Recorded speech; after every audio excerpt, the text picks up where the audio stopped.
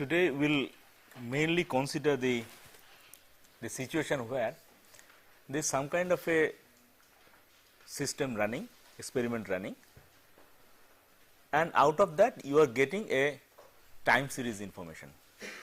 What does it mean? For example, there is a electronic circuit which is operating maybe periodically, maybe chaotically, some way, and suppose there is a current that is coming, you are sensing the current. Whenever you sense the current, some natural questions crop up. For example,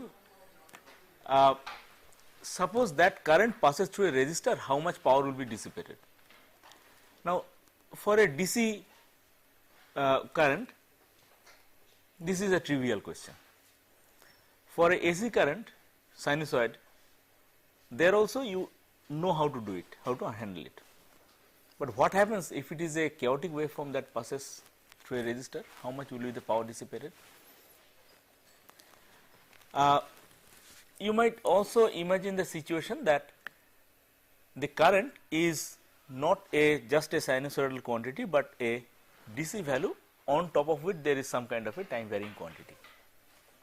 One would naturally like to find out what is the DC component of that. One would also naturally like to find out what is the AC component of that. AC means here I am not talking about the sinusoidal waveform, but the component that remains after having taken out the DC component. I am talking about that. One would also be interested in finding out the variance, standard deviation. One would also be interested in finding out the spectral characteristics, or how much is the state at a particular time dependent on the history. So, these are the issues that one tries to look for when one encounters a time series. So, by time series I will mean that there is a system running. There is a system running means it could be any dimensional system, it could be 3 dimensional, 4 dimensional, but you are being able to access, observe, measure one of the state variables, and thereby you are getting a waveform. And then you are facing the question, what do I learn from this waveform? So, let us first, by the way, the same kind of problems are encountered in any signal processing application.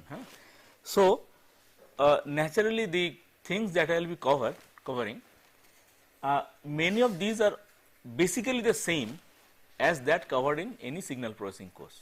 So, for those who have done that kind of courses, it might be repetition, but since there is a inhomogeneity in the class, nature of the class, I have to cover all this. Okay, the first question, if say the current that I am talking about passes through a resistor, suppose it is a 1 ohm resistor, how much power will be dissipated? How to find out from that waveform? Now, that is obviously given by the mean square value, square because I square r, it will be dependent on the square term. So, the mean square value will be given as, that would be integral of 0 to t and square of the term x square t dt, that has to be averaged out. Then you have to consider this t going to infinity, right. So, limit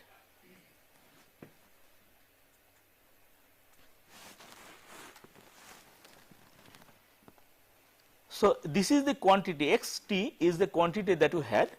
If you calculate this, you essentially get an idea about this is the mean square value.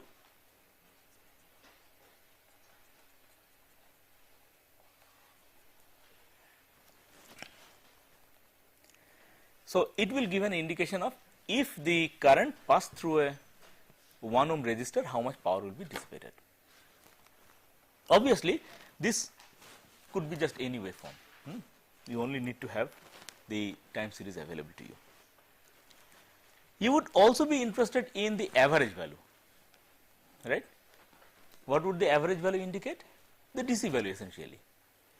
So, the average value would be, I will write it as mu x is again limit t tending to infinity 1 by t, but now I will be summing up, I will be integrating over integrating x t dt, right, obviously. So, here we have x square t to get the mean square value, and this is the average value.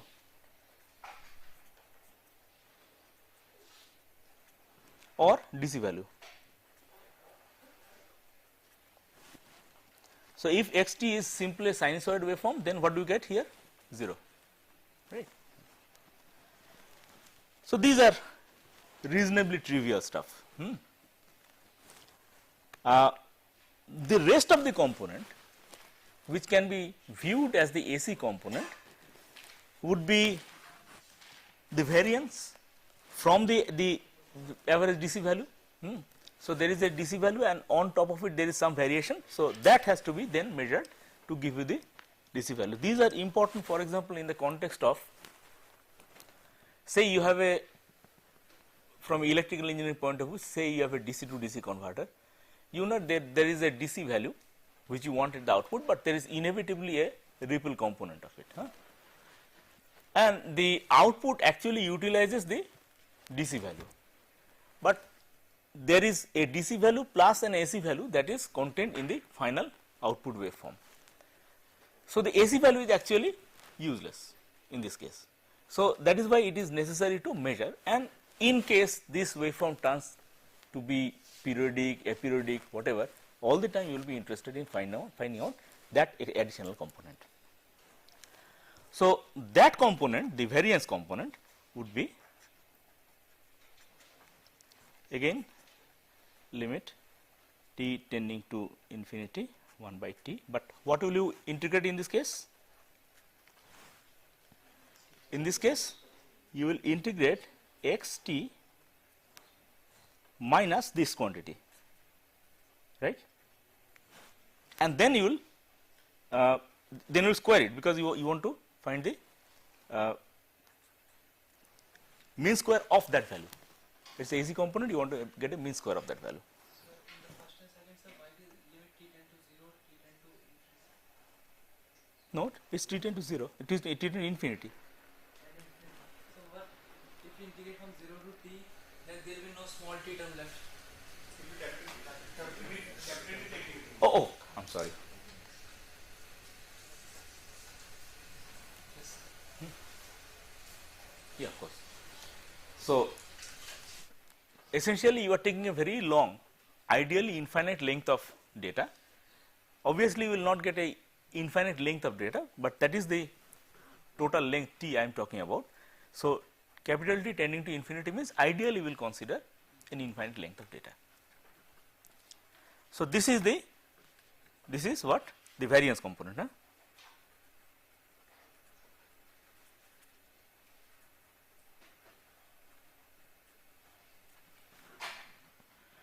So, these are the three things that would be really practically important for various situations, and these would be the same for any waveform as good in case of the chaotic waveforms.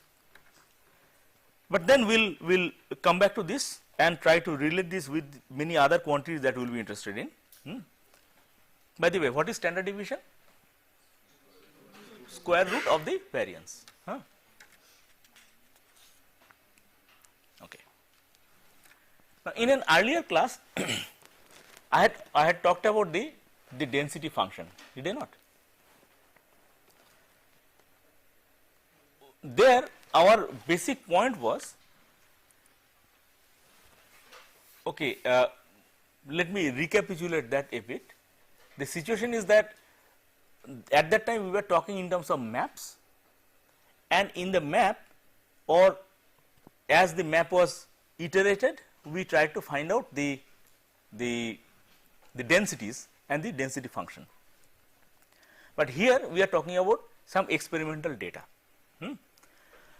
And as we are getting the experimental data, there also a question of the probability density function will arise, in the sense that suppose there is a data set that is coming, I ask what is the probability of finding the state, that particular value that is being measured within a certain band of values. For example, if I am measuring current, I say what is the probability of finding the current at any instant of time between 1 ampere and 1.1 ampere. So, this is a valid question to ask, and in order to obtain that, all we will do is to measure this, to obtain this, and find out of the whole range of time, for how much time did the data set spend in that particular range, 1 to 1.1 amperes. Okay. So, essentially what are we doing? We are saying that suppose we are considering the range x to x plus delta x. Within this, suppose it spends a time t x, and the total time is t. In that case, obviously, what is the probability of finding the state in that range is t by t x by t. Okay. There is no difficulty about it. So, we would say that the probability of finding x, probability of finding x t in the range x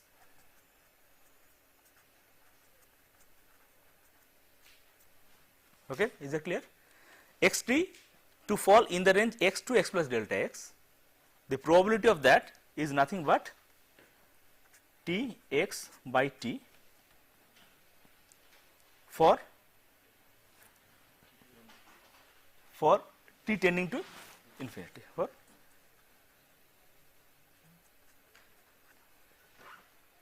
okay, we need to take large value. So, if we take a finite length of data, then we basically get an approximation of this probability. Ideally, you have to take a infinite length of data, then only you can say this. So, we have a measure of the probability t x by t, and that gives you the probability of finding the state in that particular range. Now, the probability density function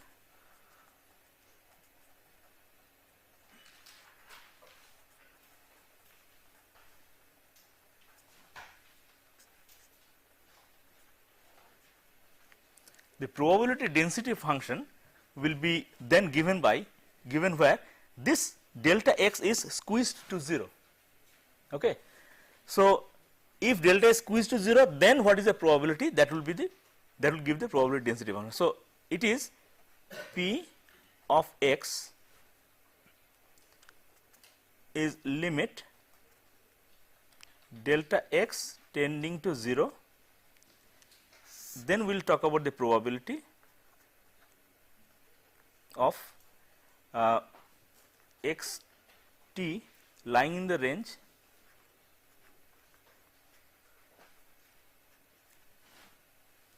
okay, divided by delta x. So, this is the probability. Now, I divide by delta x and allow delta x to 0. So, if this is the waveform, I said that this is the range that I will be talking about. First, we find the time that the waveform spent in this particular range. Where is it at x? How broad is it? Delta x. And then we found the probability and then divided that by delta x and allowed delta x to 0. That as a function of x, that means where I am trying to find it, if I calculate that, that gives me the probability density function. Is that clear? As referred to a data set, a signal. So, here is the idea of the probability density function. Obviously, the probability of finding the state between the range x1 and x2 would be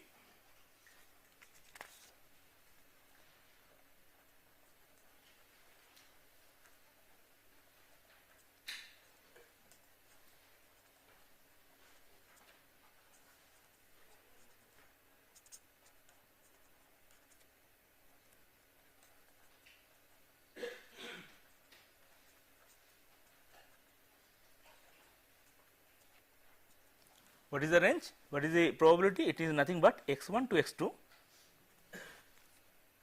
p x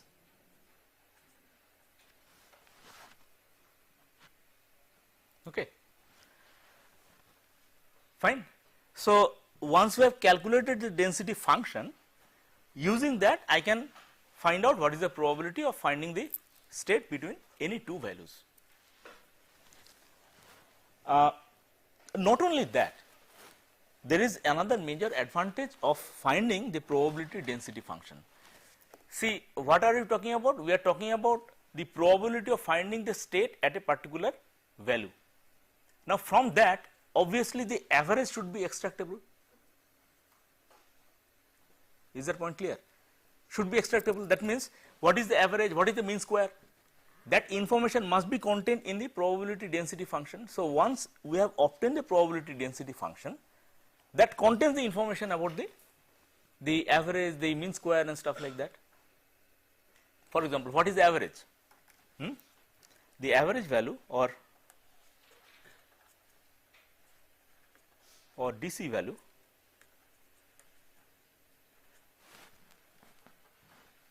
would be, we will say x, and what is the probability of finding the state at a value of x, that is times px. Okay. Then that will have to be integrated over the whole range. So, integrated from minus infinity to infinity x px dx, okay. That will be the average. So, notice what I am saying.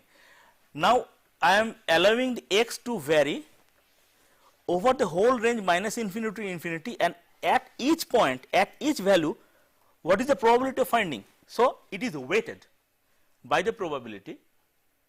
Naturally, if x has a larger probability of being very close to 0, then that particular value of x will be multiplied with a higher probability, while larger value of x will be multiplied with a lower probability. As a result, this integral will yield a value that is close to 0. That is intuitive, because you had the average close to 0. So, this is nothing but what we had said mu x. Similarly, can you say what will be the mean square value? X square, yes. So, mean square value we were denoting it by psi x, x because it is function of x, square is equal to integral minus infinity to infinity x square times px. So, this is the advantage of finding the probability density function, that from there we can derive many informations.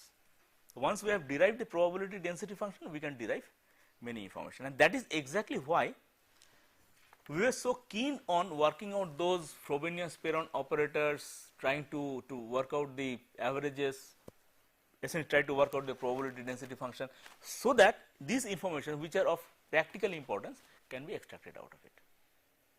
Okay. So, in mu x square, why we take x square, not x minus mu x whole square? What? I didn't get it. So, can't we take x minus mu x whole square in the last expression? Here? Yes. No. Here I am not talking about only the AC component. Here we are talking about the total power that will be dissipated if it went through a resistor of 1 ohm. If you take x minus mu x, essentially you are talking about the AC component. Mu x is the DC component, x is the actual the variable. If you subtract the DC component, you get only the AC component remaining. Its mean square is that gives you the power that is dissipated by the AC component. But in this case, you are interested in finding the total power that will be dissipated if this current went through. Probably this is common, right? This has been done in earlier classes, I guess. Only this is being used in this specific context. There is another thing that we are interested in, which also probably has been covered in your maths courses, that is how is the present state correlated with the history. It is given by the autocorrelation function. Have you come across that? Probably 80% of you have. So just recall what it was. The autocorrelation function is trying to correlate x at time t with x at time in the past or in the future. Okay, they would be the same. If I am standing here and I look into the past and try to find out, then I will write xt and xt minus tau. If I am talking about that state and how it is related to the state now, essentially we will take xt and xt plus tau, same thing really. That is why what we will get is actually even function. So we will talk about xt and how is the correlation quantified? Simply by the product. So xt times xt minus tau. Well, tau is the amount of gap that I am trying to explore. That means if the state is here now at this point, then how is it related to a state that is tau times in the past? So that is a tau. So we obtain the quantification by simply obtaining the product, and then this is specific to a specific tau. But then here I have talked about a specific xt. So there was a waveform at time t, it had a particular value. How is it related? But basically what I am asking how is the whole time series related to the history. So I will have to compute it over the whole time series, which means that this will have to be integrated over 0 to t.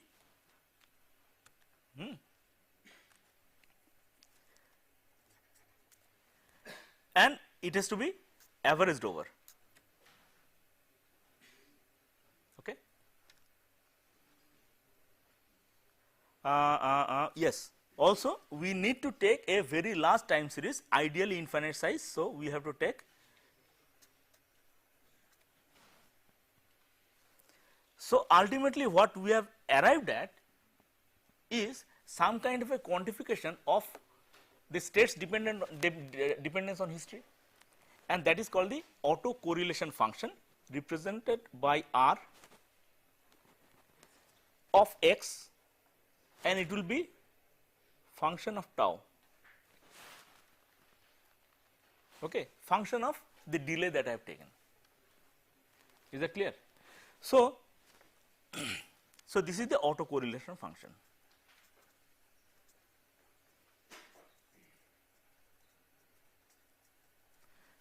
We are generally interested in finding it for chaotic time series also.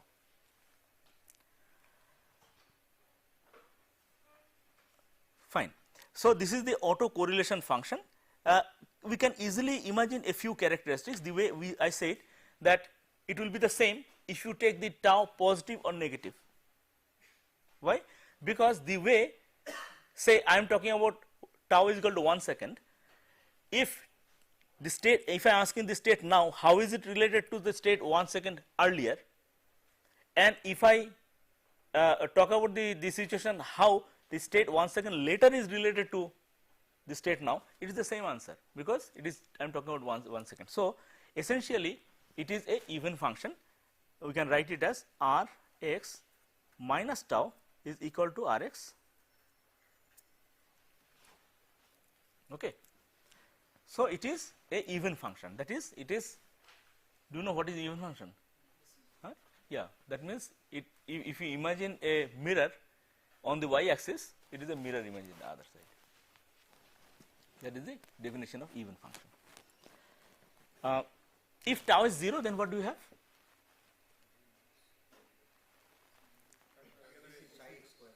Yes, it yields psi x square, right? If tau is 0, you essentially get the same thing as psi x square. That means the you get back what you already done. So,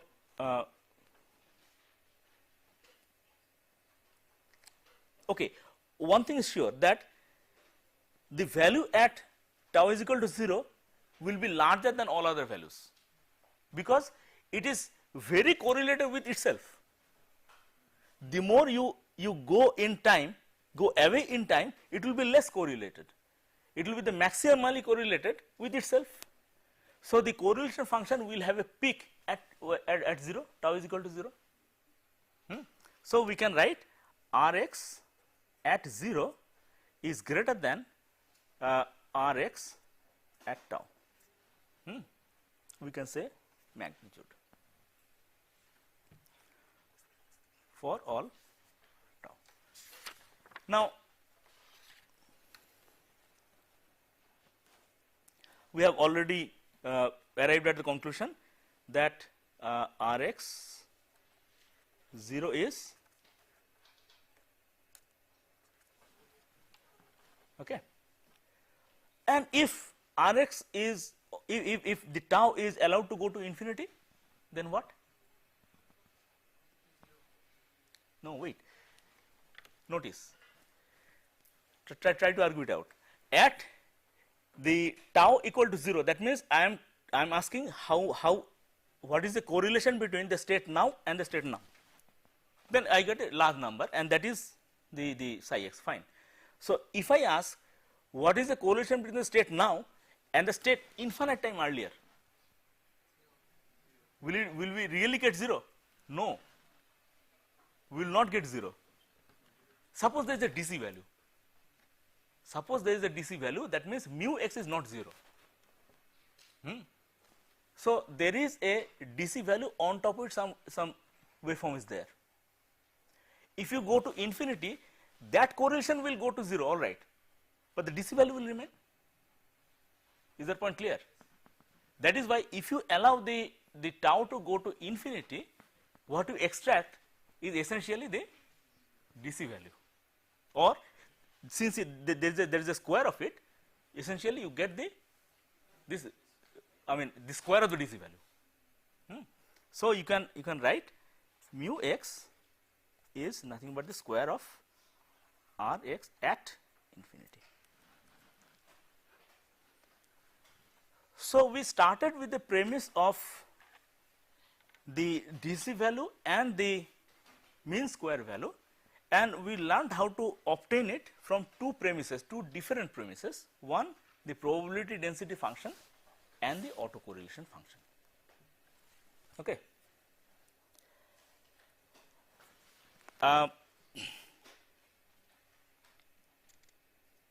There is another thing that would be interested in most cases, especially people working in electrical engineering are always interested in that, the frequency characteristics.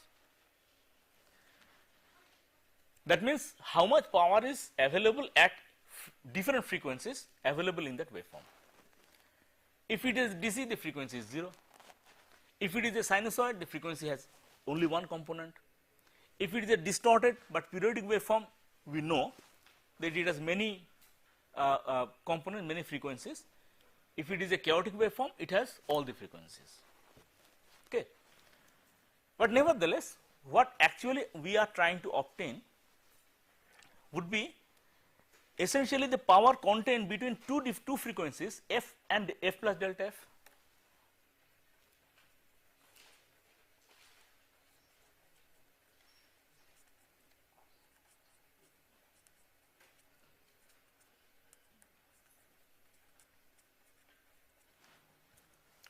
So, you would imagine that we have designed some kind of a band pass filter that allows only this range of frequency to pass.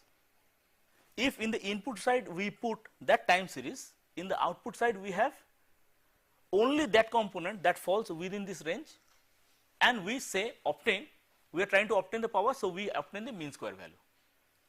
So, that is what we are up to.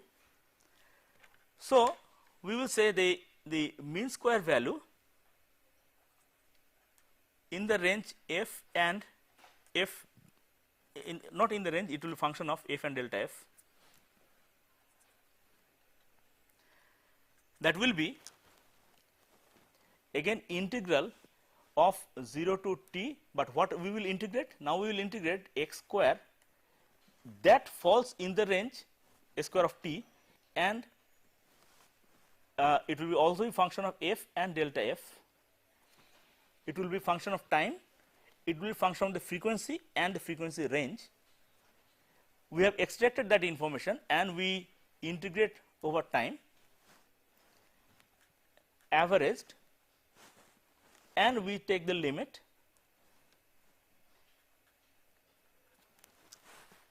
What have we? We have essentially the power that is contained in this frequency range. That is what we have obtained. Well, now the power spectrum, power density spectrum is nothing but this situation where the delta f is slowly reduced to 0, and you divide this by delta f and let delta f vanish. So, that is how we get the power density spectrum. Okay.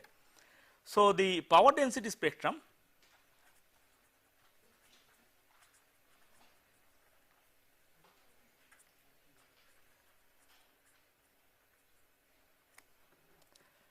we will write it as g x, it will be function of f, it will be this term psi x square f and delta f divided by delta f, this term divided by delta f, while limit delta f tending to 0. So, could you explain the term x square t comma f comma delta f? Yeah, here we had the original signal x of t. Okay. We said that we imagine we have placed a band pass filter that allows only that component to pass which falls in this frequency range. Okay.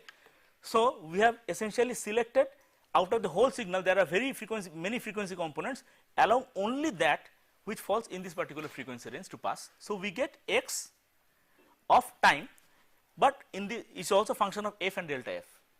We take the square of that, and then integrate over time.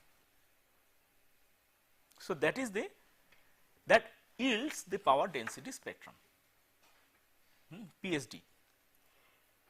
You will find that these are nowadays automatically measured in some of the CROs, but obviously not through this route, it measures through a different route. I will come to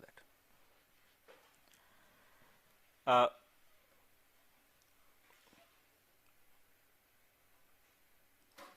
So, this will always be a real valued function. Okay. This will always be a real valued function. The power density spectrum, we have got some kind of a for every frequency there would be a value of power, another frequency another value of power, another frequency another value of power. In case of again in case of a DC, it will be peaked at 0 frequency, nowhere else anything. In case of AC sinusoid waveform, it will be power concentrated at a single frequency. If it is distorted sinusoid, it will have many third harmonic, fifth harmonic, and so on and so forth. That means power concentrated at those. And in case of a chaotic waveform, it will be a continuous power spectrum. Okay. But this is the definition of power spectrum. You must understand that. But actually obtaining the power density spectrum is not done by this method, because you really do not construct a band pass filter and allow it to pass. This is a good way of visualizing what it is, but actually it is done through the Fourier transform. So, this comes through the root of the Fourier transform. Probably you all have done Fourier transform. I know that some of the students are more comfortable with Fourier series rather than Fourier transform. Is that right? No, Fourier transform is easier. Good.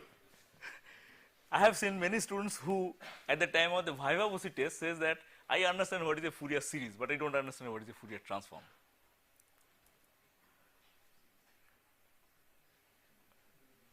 You understand, right?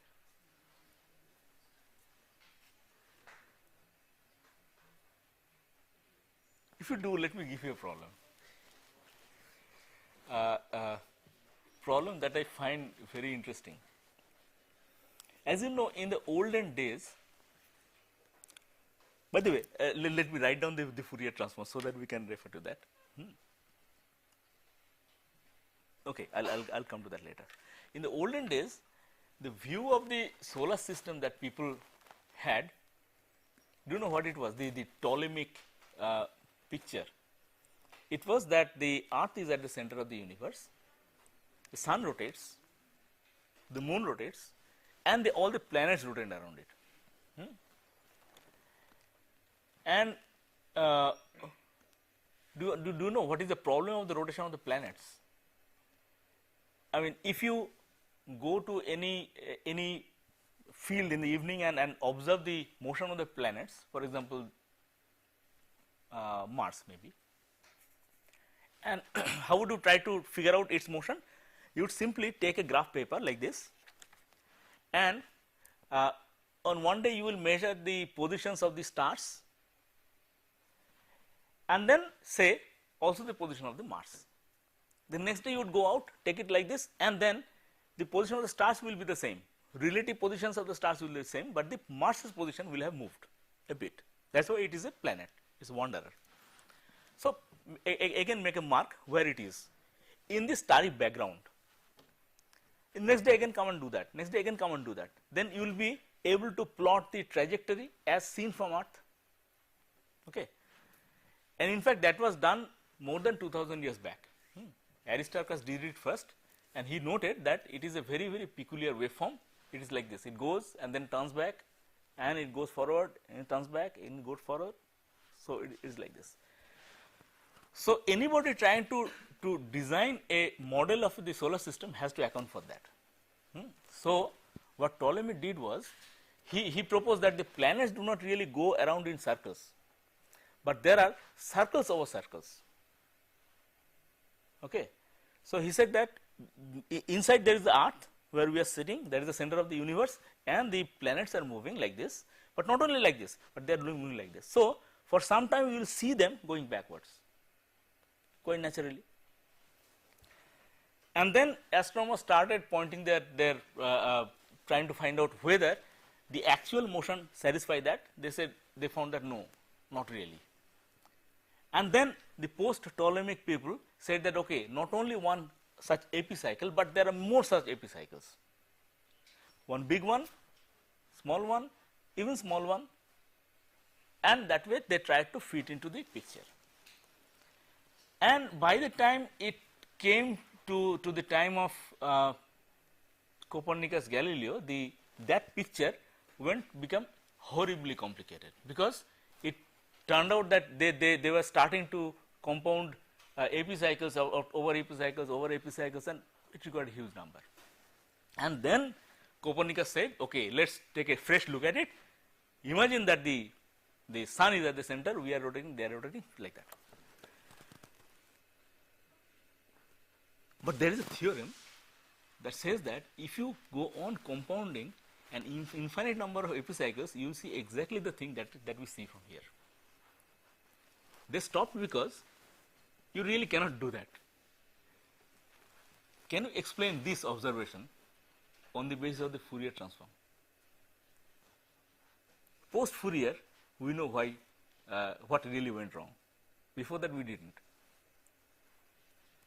Think. It's a good problem. Okay, what the Fourier transform is something like this. That means, let me state the problem properly. The actual motion of the planets can be properly explained by considering an infinite number of epicycles, if you are really compounding an infinite number of epicycles, you will see, you will be able to predict the exact motion of the planets. Still that picture is wrong. It is not that there are the earth is really at the center and it is just a picture, it is a representation, but that representation would work. Okay, think. So, if you have a signal x t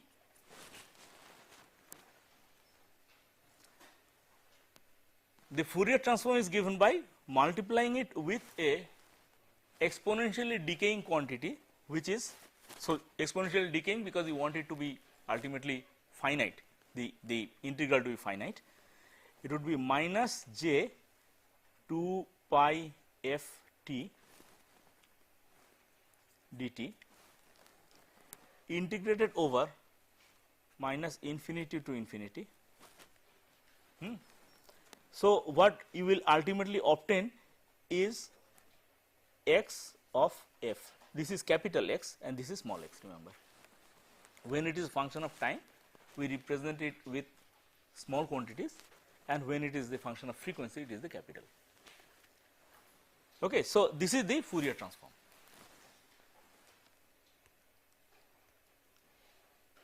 And of course, the inverse Fourier transform it can be obtained as x t from x f minus infinity to infinity. Now I have to integrate over x over f.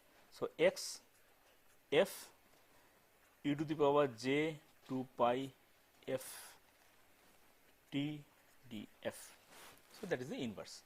So, this is the f Fourier transform and this is inverse Fourier transform.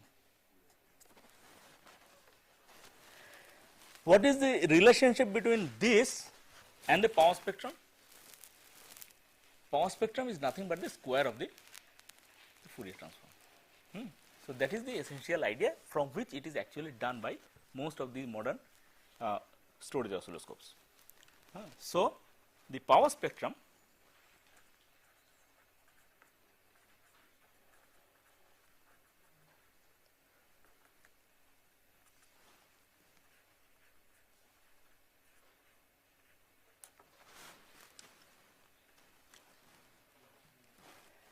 okay.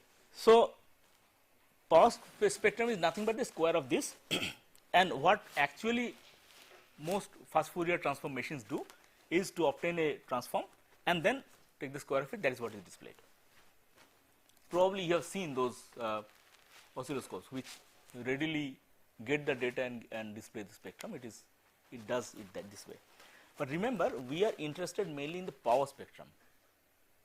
Engineers are interested mainly in the power spectrum, not this quantity.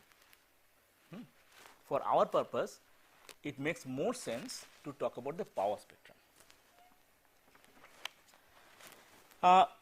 Now, since probably you know that for even functions, this can be simplified to a cosine term, right? You have heard of it. Now, is a chaotic waveform a even function? Well, in a statistical sense. In the statistical sense, you can say statistical sense means if there is a waveform, it is irregular waveform. So, you cannot really say whether it is even or odd, but statistically if you see the waveform and place a mirror and see the other side, you will not be able to distinguish them statistically. That is why statistically the cosine transform also works on chaotic signals. So, in that case you will write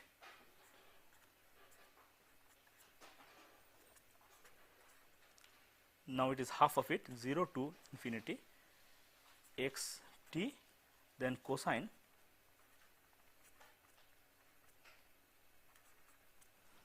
okay. So, this is a simplification that is applicable only in case of even functions, and since chaotic waveforms are statistically even, that is why this works. We often obtain the Fourier transform by this method. Now, the question is, supposing we have obtained this, can we extract the quantities that we are talking about earlier? What quantity we are talking about earlier? The DC value. What is the DC value? Can we obtain it from the Fourier transform? Of course, it is the quantity around 0. So, how will you obtain it? Mu of x is that is integral from where to where? 0 minus to 0 plus of what? Wait a minute, let me see what we have obtained.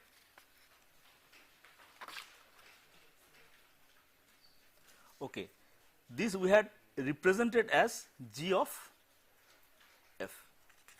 So, I will write g of f here.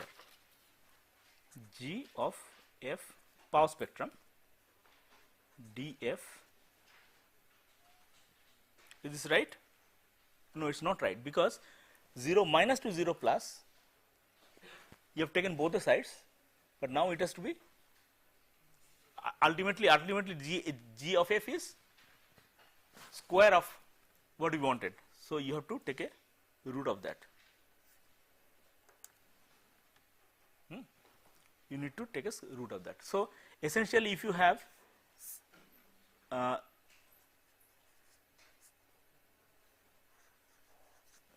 as the power spectrum, you take the very small quantity between 0 minus and 0 plus, this height, and the power spectrum is, you have already taken a square. So, you have to take a half. So, if you know the power spectrum, from there the average can be, or DC value can be extracted. What about the mean square value? Can we extract the mean square value from here? Well, mean square is nothing but the total power contained in the signal. Now, you have decomposed it into the frequency components, and therefore, you have to take integrate over the whole frequency. What you get ultimately, that is nothing but the intuitively speaking, that is nothing but the mean square. So, you have to take the area under this curve.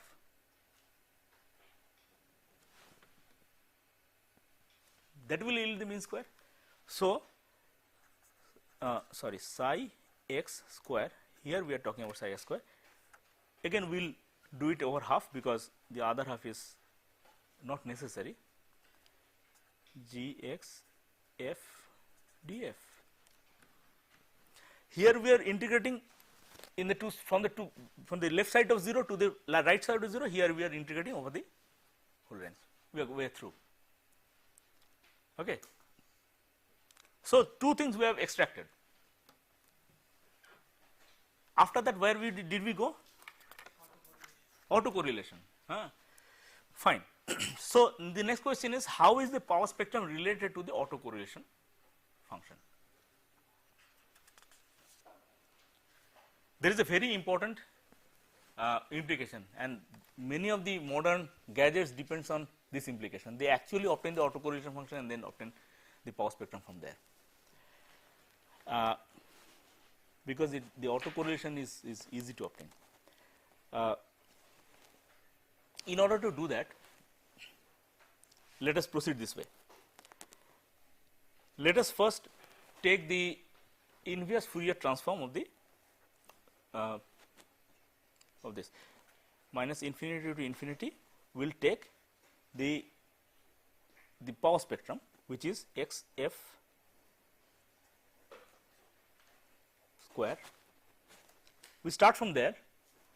We take the inverse Fourier transform, which means times e to the power twice pi f t df.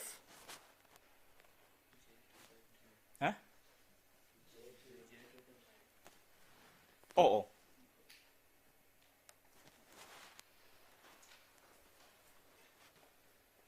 Fine. So, we started from this quantity here,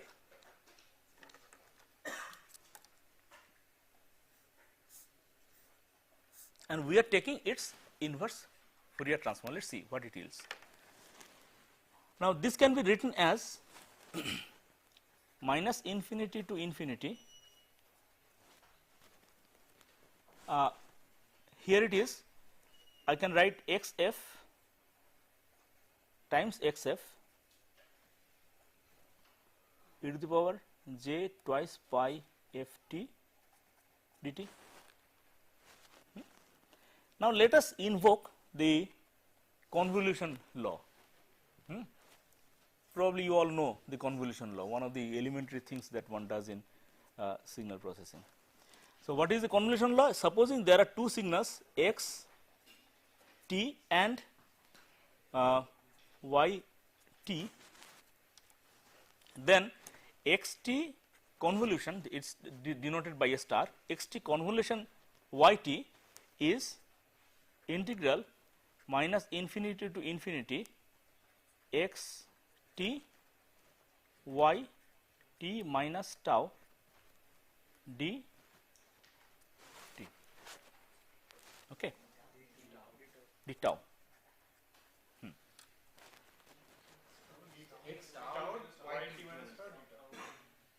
Oh, x tau y t minus tau d, okay, yes, fine. I mean, you might also reverse the notation like x t y t minus tau d t, that's the same thing. Okay, so this is the definition of the convolution, and we also know the convolution is the same as product of the Fourier transforms. We have learned that. I am not proving that, we have learned. That means, if x t has the Fourier transform x of f and y of t has the Fourier transform y of f, then x t convolution y of t has the Fourier transform x f times, that is the convolution law. Now, imagine that I make x and y the same signals. Minus f whole square is not equal to xf into xf in the first equation. Why? xf into xf conjugate equal to minus xf square x star magnitude of Yes, but here we are talking about the, wait, are these, do we need to take the conjugate? These are real signals, I think. Huh? No, will these be? if it is a complex function then it's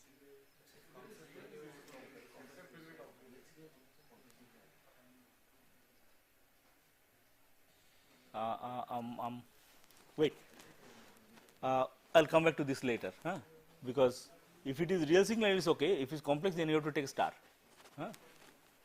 Yes, I'll come to that later. So, if you take x and y the same signals, then what does it yield? It means minus infinity to infinity. I am starting with x f square power spectrum times e to the power j twice pi f t d f. That is where we started. We said we are dividing these two. Now, if these are the same signals, then obviously this yields x t convolution x t, and x t convolution x t means integral minus infinity to infinity x t minus tau, right, and this quantity is